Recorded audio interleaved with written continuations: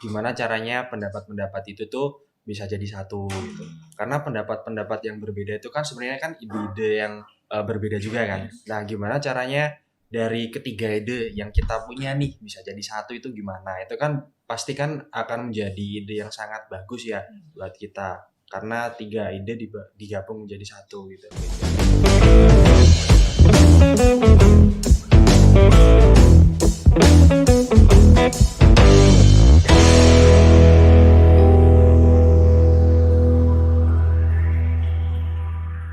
Assalamualaikum warahmatullahi wabarakatuh. Welcome to Podo TI, podcast ngobrolin teknik industri. Oke, halo Sobi semuanya hari ini, dimanapun kalian berada. Hari ini kita udah bersama dua narasumber kita, yaitu pemenang lomba nih kemarin di lomba pembinaan mahasiswa wirausaha, yaitu ada Mbak Rowaida Yanti dan Mas Muhammad Nur Ramadhani. Nah, Mas Mbak apa kabar nih hari ini? Gimana kabarnya? Baik, alhamdulillah. Alhamdulillah. Masnya gimana kabarnya? Kita juga baik ya. Baik, alhamdulillah. Happy selalu ya. Selalu. Nah, terus kita hari ini tuh akan ngobrol-ngobrol santai aja nih tentang gimana sih kehidupan mahasiswa teknik industri itu sendiri. Terus ya gimana lah perjalanan selama menjadi mahasiswa gitu kan. Terus hari ini kayaknya kita harus kenalan dulu gak sih? Bener banget Ya, dong, kenalan karena dulu nih. sesuai apa yang orang-orang bilang, tak kenal maka tak sayang. Nah, Siap. Mbak Yanti sama Mas Dani sekarang udah di semester berapa? Oke, kita semester 7 ya, angkatan 2019. Wah, Nah, sebagai mahasiswa teknik industri, sebelum jadi mahasiswa, kenapa nih kira-kira kenapa milih teknik industri? Siapa dulu? Boleh, Ladies Mas first dulu. ya. Apa? ladies Oh, first. ladies first. Boleh. Ladies first. Oke. Should be. Kalau aku ya, kenapa teknik industri? Sebenarnya dulu kenapa teknik industri? Dulu tuh pas lulus SMA tuh pengennya masuk teknik kan. Pengennya teknik-teknik karena kata orang teknik tuh susah, jadi kayak pengen menantang diri nih, pengen masuk teknik gitu kan. Suka challenge ya, Suka berarti challenge Mas. nih. Tapi kayak milih-milih teknik apa nih yang cocok gitu kan. Terus milih-milih akhirnya berlabuhlah ke teknik industri karena dari beberapa orang yang aku tanya kayak teknik industri itu cocok gitu loh kalau untuk perempuan gitu, untuk cewek gitu. Ya bukan berarti teknik-teknik lainnya nggak bisa ya, tapi lebih apa ya, istilahnya mungkin lebih bisa dimasukin lah buat cewek-cewek kayak gitu. Oke, untuk saya sendiri kenapa milih teknik industri? Sebenarnya dulu tuh pengennya masuk ke teknik geodesi ya, tapi karena belum rezeki, terus research gitu di Google kan, banyak yang nyaranin kalau misal teknik industri itu peluang kerjanya itu di masa depan bagus seperti itu. Nah, sebelum masuk teknik industri juga apa sih yang dipelajarin gitu kan di sana? Ternyata ya seputar manufacturing gitu kan khususnya gitu. Dan dari situ tertarik kayak ya udahlah gitu milih teknik industri aja gitu. Gitu sih. Wah, berarti Mas dan Mbaknya udah ada jiwa teknik nih dari bahkan sebelum masuk teknik industri ya. Nah, dari yang Mbak dan Masnya tahu, stereotip apa sih yang beredar di masyarakat umum soal menjadi mahasiswa teknik industri? Oke, kalau menjadi mahasiswa teknik industri, mungkin kalau mahasiswa teknik itu kayak terbilang gimana ya, kurang feminim gitu kan. Kalau mahasiswa teknik kan kayak kurang feminim gitu. Kalau teknik industri itu biasanya kalau ditanya sama orang jurusannya apa Mbak gitu kan, teknik industri, yang di pikiran mereka pabrik ya gitu kan, atau ya industri gitu ya, isi seputar itu gitu. Mana sih? Kalau saya sendiri mungkin orang-orang luar mungkin melihatnya teknik industri hanya fokus tentang pabrik-pabrik seperti itu ya, tentang gimana caranya kita memproduksi suatu barang gitu kan.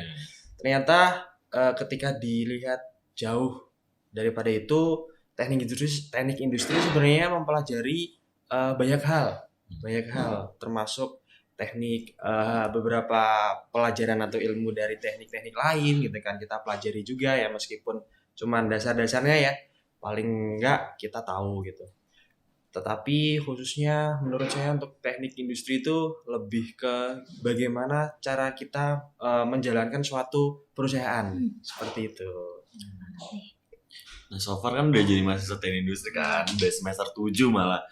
Gimana sih kehidupan sebagai mahasiswa teknik industri selama 7 semester berjalan ini? Oke. Selama di industri itu aku ngerasa kayak yang banyak banget ya knowledge yang bisa didapatkan gitu. Kayak aku tuh bisa belajar banyak hal di industri gitu. Karena di industri itu apa ya, kayak nggak terlalu menjurus gitu. Jadi akhirnya yang dipelajari itu nggak itu aja gitu.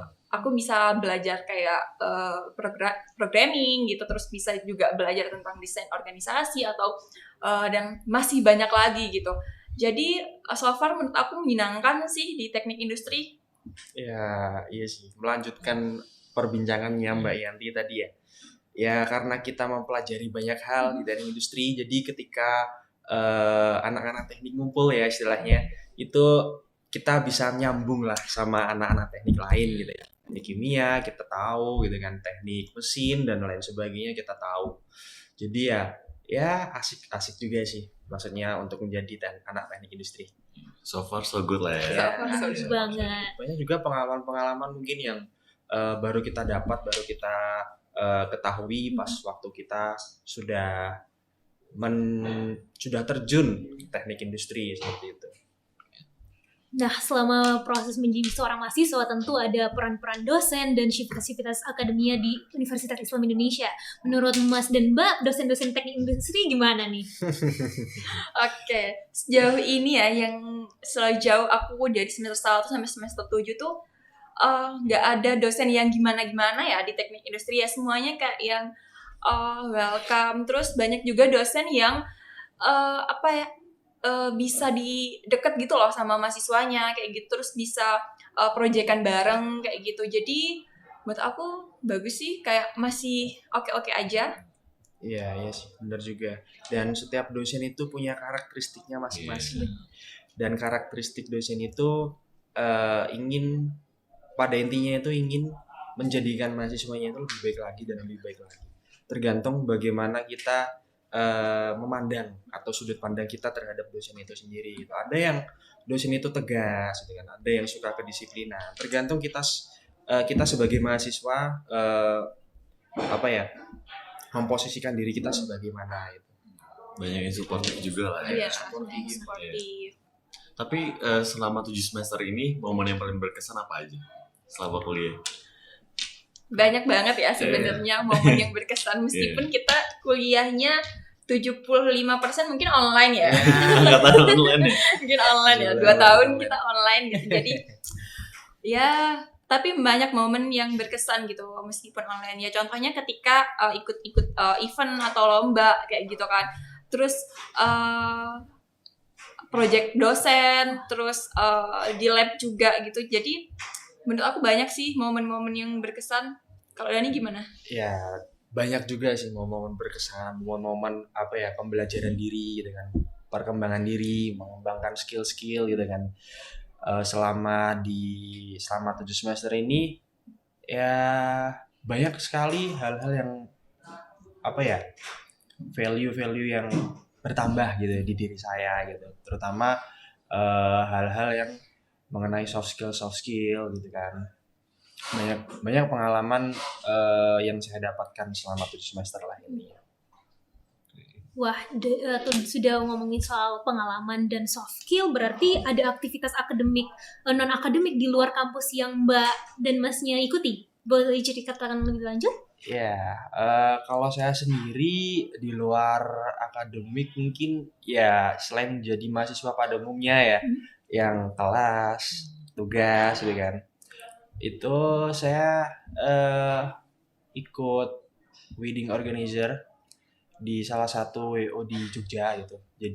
Jadi untuk setiap weekend itu terkadang ada beberapa panggilan gitu. Jadi kadang sibuk ngurusi wedding gitu. Selain itu juga paling ya ditambah dengan P2MW ini. Jadi mempersiapkan kita untuk selanjutnya itu gimana, progres dengan inovasi-inovasi dan tujuan dari kita membangun produk ini apa gitu. Jadi lebih memperkuat di situ sih kalau P2MW Juana Visip ini. Jadi nanti kalau ada teknik industri yang mau wedding bisa dihubungin ya Mas. Bisa ke Mas Dani. Bisa banget. Siapa yang Kalau mau wedding? ya, bayarnya gimana? Oke, kalau aku dari semester awal udah belajar terkait kepenulisan ya, kepenulisan artikel, jurnal gitu. Jadi dari beberapa semester, tiap semester aktif di kepenulisan sih. Terus selain itu juga ikut lomba-lomba. Aku tuh kayak ngerasa seneng aja gitu kalau kompetisi gitu. Jadi kayak kalau ada jiwa-jiwa kompetitifnya gitu, event-event yang kayak gitu tuh aku seneng gitu, aku suka. Jadi beberapa kali udah ikut PKM, meskipun mungkin nggak lolos ya, belum rezeki.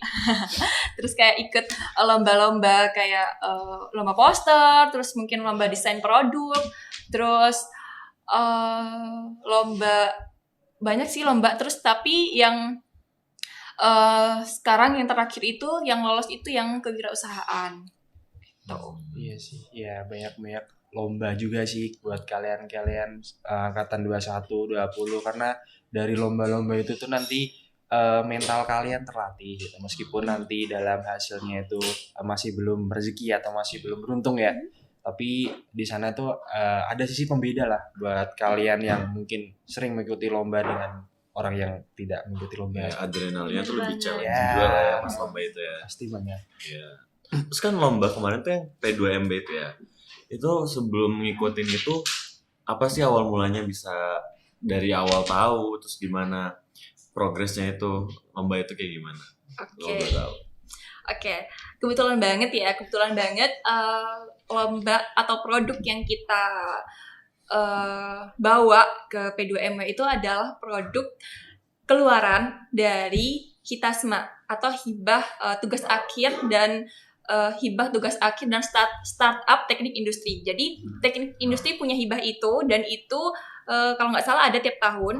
Waktu itu kalau pas aku itu masih pertama ya, kayak baru pertama. Terus kalau sekarang kayaknya tiap tahun ada. Nah itu produk keluaran dari program Hitasma itu gitu. Nah jadi prodi teknik industri waktu itu memberikan hibah untuk tugas akhir dan startup mahasiswa yang ada UMKM-nya juga. Dulu aku ikut di situ, terus dapat pendanaan. Jadi didanai oleh prodi. Terus akhirnya sempat launching produk waktu itu. Terus sempat dijual juga, namun waktu itu kan belum punya tim yang mumpuni. Terus itu pas tahun 2021, jadi programnya itu selama 8 bulan dari Januari sampai Agustus waktu itu dari TI. Terus kita sempat jualan. Nah pas di 2021 itu kan pas ininya marak-maraknya banget COVID ya, pas ada PSBB juga gitu, jadi produknya sempat nggak dilanjut lagi gitu untuk dipasarkan kayak gitu. Nah terus akhirnya pas ada lomba P2MW ini gitu, kewirausahaan, akhirnya aku berinisiatif kayaknya bagus nih gitu kan kalau semisal diikutkan lagi. Nah qadarullahnya akhirnya lolos gitu dengan persiapan yang mungkin lebih matang. Jadi ada banyak improvement dan inovasi yang dilakukan pas di lomba P2MW ini gitu. Tapi dari awal itu sendiri berarti? Iya, dari awal sendiri, terus sempat ngambil tim gitu, setelah lolos sempat ngambil tim, tapi nggak sesuai gitu, maksudnya karena dulu kan sama-sama di rumah ya, jadi nggak terlalu masif gitu, bisa kumpul dan diskusi terkait produk itu gitu. Akhirnya nggak lanjut gitu, dan pas mau P2MW akhirnya kita bentuk tim lagi gitu. Wah, nah proses membentukkan tim di antara berbanyaknya teman-teman Mbak Yanti, bagaimana sampai 3 orang ini menjadi tim yang turun di lomba P2MB? Oke. Ya itu kan, awalnya kita pasti ketemu sama tim-tim yang mungkin nggak sesuai ya. Mungkin tim-tim yang kurang tepat dulu nih sebelum kita ketemu sama tim yang memang benar-benar better lah kayak gitu. Kalau aku dulu pas di hibah itu sempet tuh cari tim yang kayak yang bisa desain gitu kan. Cuman ya emang banyak kekurangan gitu. Terus cari tim yang bisa nemenin di bagian pemasaran kayak gitu. Cuman ya sama gitu. Akhirnya nggak bisa maksimal ya. Terus akhirnya tanya-tanya. Terus ya emang karena kan kenal ya sama Mas Dani sama Mas Maol. Cuman dulu kan nggak deket kayak gitu. Terus akhirnya kita kalau sama Maol tuh pernah ikut lomba-lomba lah sebelumnya gitu. Terus aku akhirnya tahu, oh ternyata si Maol nih agak bisa desain, terus orangnya emang tertarik banget di bisnis gitu. Jadi wah ajak aja nih gitu. Terus akhirnya aku ajak Maol, terus Maol yang ngajak Daniel gitu. Jadi ada seleksi alam juga ya nih Iya. selama perjalanan itu ya. Pasti gitu. Jadi jangan khawatir jangan khawatir kalau kita tuh masih punya tim yang kurang mumpuni atau masih nggak maksimal gitu, karena dengan seiring berjalannya waktu kita tuh bakalan ketemu sama relasi-relasi atau ketemu sama orang-orang yang tepat kayak gitu. Benar banget. Itu bagian dari proses Iya, ya. bagian dari bener-bener. proses. Benar banget. Tapi so far ada pro kontra nggak antara kalian bertiga gitu? Pro Di tim kontra gimana ya? Maksudnya kayak Perselisih cocok nggak pendapat cocok? gitu Iya, Iya, bener, dalam bener. proses. Kalau selisih pendapat ya pasti ya. Pasti. Nah, cuman itulah itulah yang harus kita kita inisiasi sih, maksudnya gimana caranya pendapat-pendapat itu tuh bisa jadi satu gitu. Karena pendapat-pendapat yang berbeda itu kan sebenarnya kan ide-ide yang berbeda juga kan. Nah, gimana caranya dari ketiga ide yang kita punya nih bisa jadi satu itu gimana? Itu kan pasti kan akan menjadi ide yang sangat bagus ya buat kita. Karena 3 ide digabung menjadi satu gitu. Kita aja sih. Terus kan itu ada produk kan tadi yang chips itu. Itu konsep produknya sama goals produknya itu apa tuh pada waktu? Oke, kalau di P2M ini sebenarnya goalnya itu nggak terlalu banyak dari mereka, maksudnya kayak mereka nggak terlalu dari pihak P2MW atau pihak panitia juga nggak terlalu mengepush untuk kayak gimana-gimana, cuman goalnya itu sampai kita launch produk dan jual gitu, sampai dipasarkan kayak gitu. Ya, dengan adanya dana ini juga kita bisa nge-rebranding ya Mbak ya. Jadi nge-rebranding yang sebelumnya itu mungkin kemasannya biasa, kita bisa bikin lebih bagus lagi gitu. Yang mungkin sebelumnya rasanya cuma 2 gitu, kita tambah 2 lagi gitu. Jadi adanya pendanaan ini bisa kita alokasikan buat fish chip ini supaya lebih berkembang lagi seperti itu. Iya, sama fish chip ini kan kita pakainya juana fish chip ya. Jadi kayak kita mengangkat juana yang di mana memang juana itu kaya akan kekayaan laut ya, ya Mas Dani. Jadi Mas Dani ini orang juana lah. Bukan orang juana sih, sebenarnya tetangganya. Deket lah ya sama juana Iya, gitu. Jadi punya kekayaan laut yang banyak gitu. Jadi kalau dari aku sendiri kan karena kayak kurang ya, kayak keripik ikan tuh kurang gitu, maksudnya di pasaran juga kurang, jadi akhirnya kita inovasi atau bikin produknya tuh dari keripik ikan tongkol kayak gitu. Nah, nilai apa nih yang membuat produk tip ini bisa menjadi suatu unggulan yang sampai memenangkan lomba P2MB ini? Ya mungkin dari ini ya, bahan yang kita pakai ya, ikan ya. Jadi yang berangkat dari nelayan-nelayan yang ada di Juwana gitu kan. Itu kan banyak sekali hasil tangkapan ikan yang mungkin kurang bisa dimanfaatkan oleh nelayan-nelayan dan warga-warga sekitar itu. Jadi kita adanya fish chip ini kita juga bisa membantu mereka gitu dalam hal penjualan ikan-ikan yang mungkin berlebih di Juwana gitu. Di samping itu juga kita pasti kedepannya ingin ada ini ya, tenaga dari beberapa orang gitu ya. Jadi juga ingin membuka peluang atau lowongan kerja gitu ya, untuk orang-orang yang ada di sekitar kita ya, khususnya itu. Jadi itu sih yang mungkin dari hal yang mungkin bisa nilai plus dari proposal yang kita buat kemarin gitu. Mungkin ada tambahan dari Mbak Yanti. Oke, kalau tambahan dari aku, kenapa bisa lolos? Mungkin itu karena kita mengangkat satu problem ya. Kalau di Juwana itu kan karena ikannya banyak, jadi problem yang ada di masyarakat adalah harga ikan itu nggak tentu ya, dan cukup rendah gitu kalau dibandingkan dengan wilayah lain. Karena permintaan di barang atau ikan yang ada di sana itu lebih banyak daripada permintaan gitu, daripada permintaan masyarakat kayak gitu. Jadi akhirnya murah gitu. Nah, kita pengen melakukan suatu pemberdayaan nih gitu, biar harga ikannya nggak terlalu rendah-rendah banget. Ya, di samping harga ikan yang fluktuatif ya, kadang naik, kadang turun gitu. Jadi ya ketika turun kita bantu, ketika naik ya kita juga bantu gitu. Agak unpredictable juga ya harga. Ya, dan gimana cara kita mengatur cost juga ya Mbak ya. Jadi gimana cara kita memasok atau biar ikan ini gak habis tuh gimana itu. Waktu harga turun atau waktu harga naik seperti itu. Tapi selama perlombaan itu kan pasti agak sibuk ya. Terus gimana nih tips and triknya selama perlombaan tapi masih bisa manage dengan kuliahnya tetap optimal? Oke, kalau dari aku sendiri ya, selain dari lomba P2MW ini juga kan banyak kegiatan-kegiatan lain ya, kayak asisten lab dan organisasi-organisasi kayak gitu.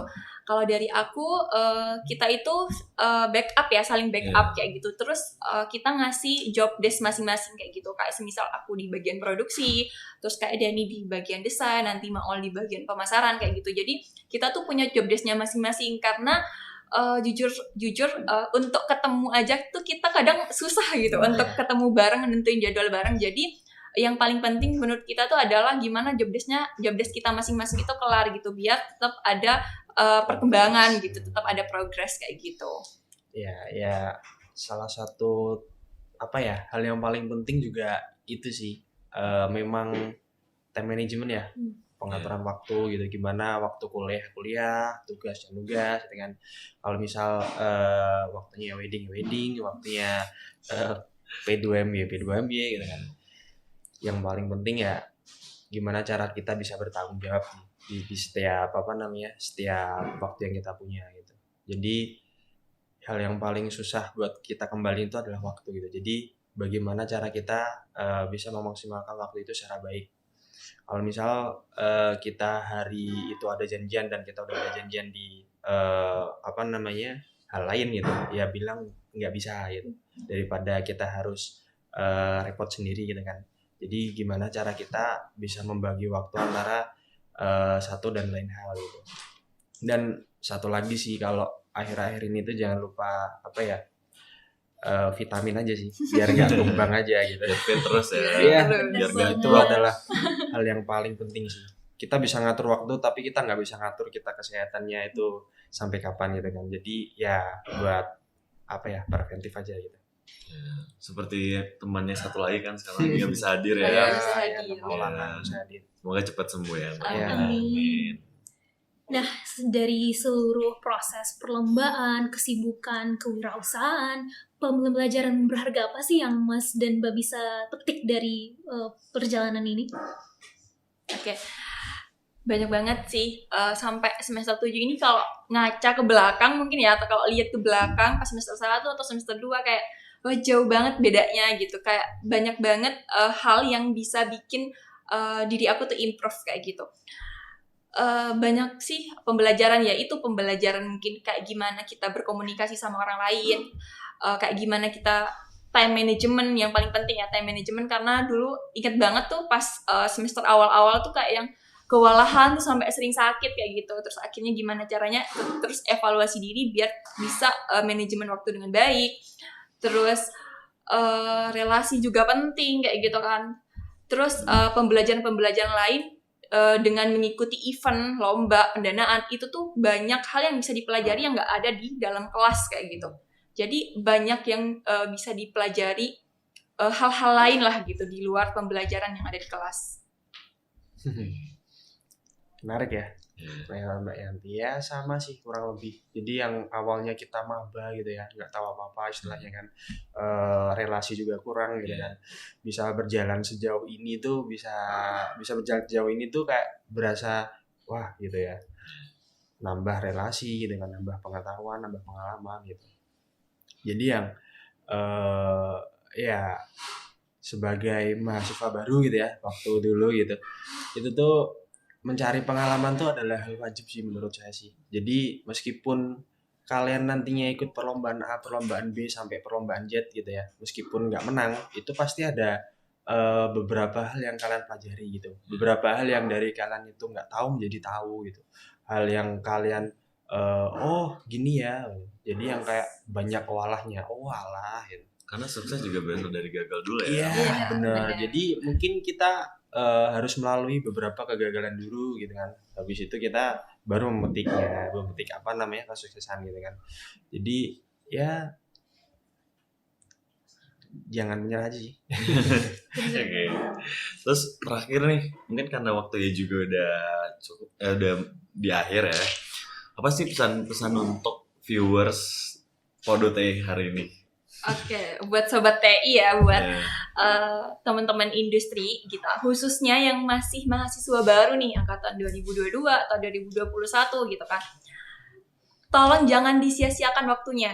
Karena menurut aku waktu yang paling berharga di hidup kita tuh adalah waktu kuliah selama 4 tahun. Karena itu tuh nggak bakalan bisa diulang, kita nggak bakalan punya waktu yang sama, punya opportunity yang sama. Banyak di luar sana gitu teman-teman kita yang sebaya tapi nggak bisa kuliah kayak gitu, itu banyak banget gitu. Jadi waktu 4 tahun itu jangan disia-siain teman-teman gitu. Pokoknya pakai semua buat kita cari pengalaman, cari relasi gitu, buat untuk menambah knowledge, untuk improve diri kayak gitu.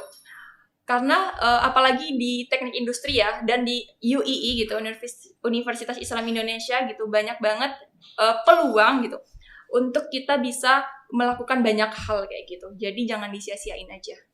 Iya bener sih, jangan disia-siain itu kan. Apalagi fasilitas-fasilitas yang ada di UI ini ya cukup memadai lah ya buat kita buat berkembang gitu. Jadi jangan disia-siain, manfaatin apa yang udah dikasih kampus ke kita gitu biar bisa berkembang lagi. Wah, itu dia nih pengalaman, cerita, dan pesan dan kesan dari sosok inspiratif di teknik industri UI ini nih. Nah, terima kasih Sobi karena sudah menyimak podcast kali ini. Semoga yang disampaikan narasumber dapat dipetik hikmahnya, dapat diambil pesannya, dan dapat diimplementasikan untuk kita sama-sama improve diri kita dan memanfaatkan kesempatan yang ditawarkan teknik industri Universitas Islam Indonesia. Mungkin itu saja ya untuk hari ini, kan terbatas waktu juga. Nanti mungkin ada waktu yang lain biar bisa ngobrol lebih lama. Oke, dari itu saja dari Podo.TI hari ini. Kita pamit undur diri. Wassalamualaikum warahmatullahi wabarakatuh.